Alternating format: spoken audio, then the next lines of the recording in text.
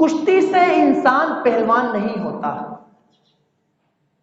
صحابہ کرام سے ایک موقع پہ حضور صلی اللہ علیہ وسلم نے پوچھا بھی تھا کہ بتائیے سب سے زیادہ بہادر کون ہے؟ پہلوان کسے کہتے ہیں؟ پہلوان کون ہوتا ہے؟ بہادر کون ہوتا ہے؟ تو صحابہ نے عرض کی جو سامنے والے کو پچھاڑ دے، ایک سیکنڈوں میں اس کو گرا دے، اس کو ہرا دے، وہ ہوتا ہے پہلوان. حضور نے فرمایا نہیں. حضور نے فرمایا جو اپنے نفس کو پچھاڑ دے وہ سب سے بڑا پہلوان. یہ حدیث پاک مفہوماً، یہ دوسری حدیث پاک جو میں پڑھ رہا ہوں، لیس الشدید بسرعۃ،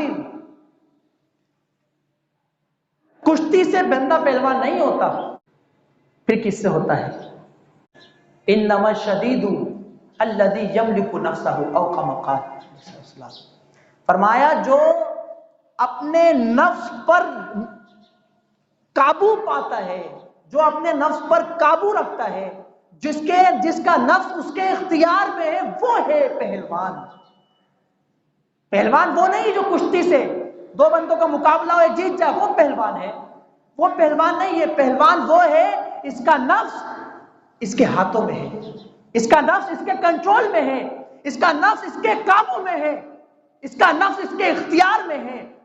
یہ نفس کے ہاتھوں میں نہیں کھیل رہا، نفس اس کے ہاتھوں میں کھیل رہا ہے. نفس اس کو نہیں چلا رہا، یہ نفس کو چلا رہا ہے. نفس اس کو کنٹرول نہیں کر رہا، یہ نفس کو کنٹرول کر رہا ہے. وہ ہے پہلوان. یہ ہے پہلوان، یہ ہے بہادر.